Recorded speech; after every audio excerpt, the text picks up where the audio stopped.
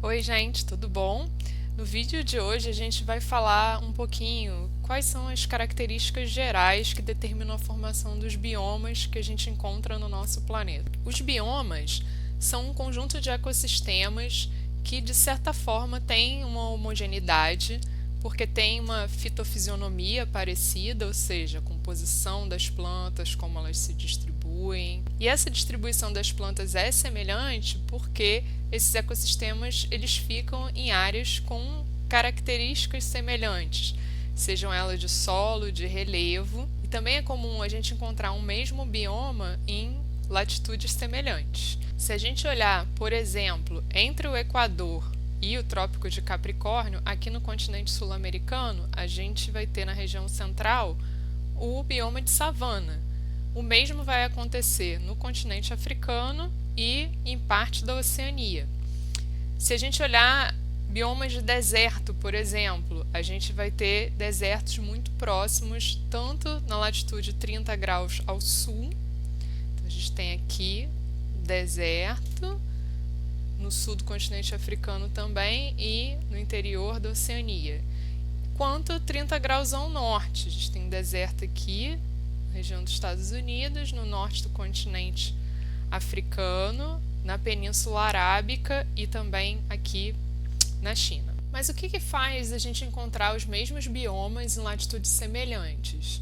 Isso tem a ver com os grandes padrões climáticos do nosso planeta, que vão depender da variação da energia solar recebida em cada ponto, dos movimentos de rotação e translação da Terra e dos padrões climáticos, macroclimáticos, que vão ser determinados pela distribuição da temperatura na superfície, pelos padrões de circulação de ar, que vão depender também dos movimentos de rotação, da circulação de correntes marinhas e da incidência de chuvas. Tudo isso vai determinar os padrões de distribuição de seres vivos na superfície do nosso planeta. E a incidência de luz é determinada principalmente pela inclinação do eixo da Terra. Então, na região do Equador, tem uma chegada maior de raios solares que chegam de forma paralela e mais próximo aos polos, essa incidência de raios é mais oblíqua. A diferença de incidência de luz solar na superfície do nosso planeta, determinada pela inclinação do eixo da Terra e pelo movimento de translação, vai fazer com que, dependendo da época do ano, a quantidade de luz que chega em cada parte do planeta seja diferente. No Equador é mais ou menos a mesma sempre, mas nos hemisférios norte e sul vai ter uma certa variação. Essa diferença na incidência de energia na forma de luz também vai determinar padrões de circulação de ar. Como aqui no Equador é mais quente, a tendência do ar quente é subir, porque ele é menos denso, e do ar frio a descer, porque ele é mais denso.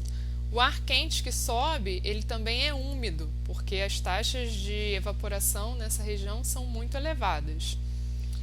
Isso vai fazer com que, nessas latitudes próximas a 30 graus, o ar que ele chegue quente e pouco úmido, porque à medida que essa circulação de ar vai subindo em direção ao norte ou vai descendo em direção ao sul, essas correntes elas vão perdendo a umidade, chegando próximo às latitudes de 30 graus com muito calor e pouca umidade.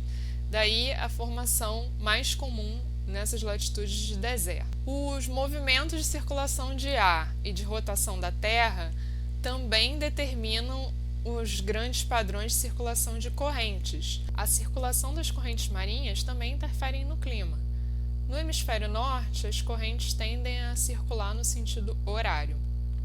Se a gente pegar numa mesma latitude e comparar a América do Norte, que tem o norte aqui dos Estados Unidos e o começo do Canadá, e a Europa, a gente vai ver que aqui na Europa é bem mais quente, numa mesma latitude comparativamente. Isso acontece porque a corrente do Golfo circula para cá, em direção à Europa, e ela é uma corrente mais quente. No hemisfério sul, as correntes tendem a circular no sentido anti-horário. O Brasil, por exemplo, o nosso litoral é banhado pela corrente do Brasil, que vem de uma região mais próxima ao Equador e desce banhando o nosso litoral.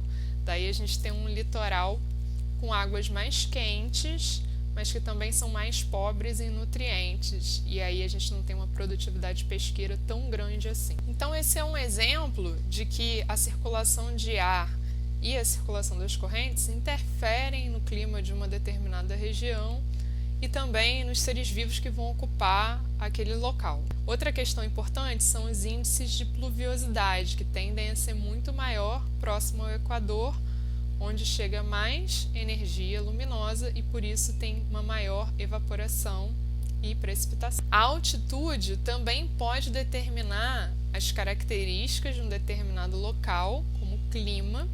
Locais altos tendem a ser mais frios, e aí a gente pode encontrar situações como o exemplo aqui do Monte Kilimanjaro, que é o ponto mais alto do continente africano, que fica próximo à savana, que é um bioma que em geral é seco, quente e seco, e no Monte Kilimanjaro a gente consegue ver nos pontos mais altos formação de neve, num local muito próximo. Então, com essa compreensão da organização das características macroclimáticas do nosso planeta, a gente consegue entender que mesmo áreas que são geograficamente separadas vão ter formações de biomas semelhantes.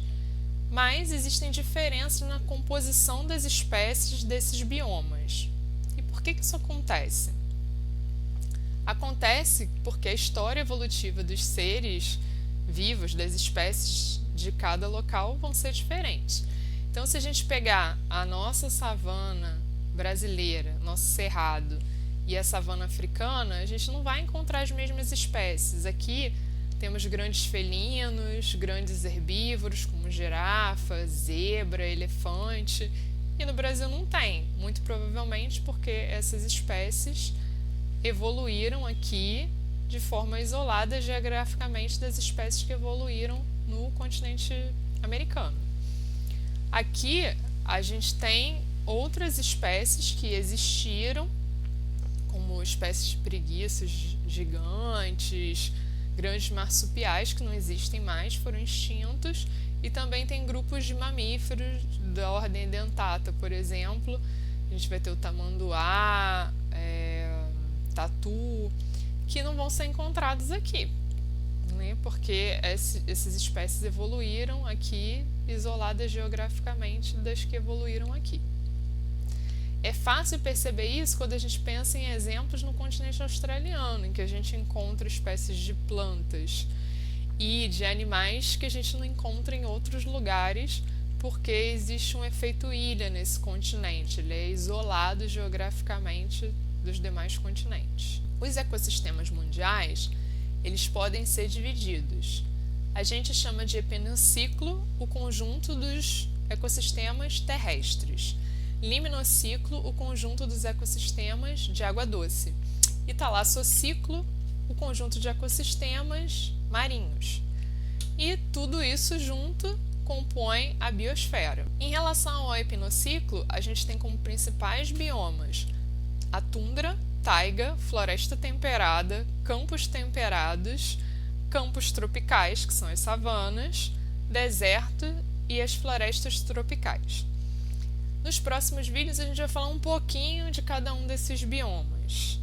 Como eu falei, esses biomas eles ocorrem em mais de um continente, mas mais para frente a gente vai precisar discutir especificamente as características desses biomas no Brasil, dos nossos biomas brasileiros, porque é isso que vai aparecer mais no Enem, que é mais cobrado no Enem, e as questões mais associadas a bioma, que são questões presentes em quase todas as provas, são questões relacionadas à adaptação dos seres vivos para ocuparem os biomas do nosso país. Tá bom, gente? Espero que tenha ficado claro. Qualquer dúvida é só entrar em contato.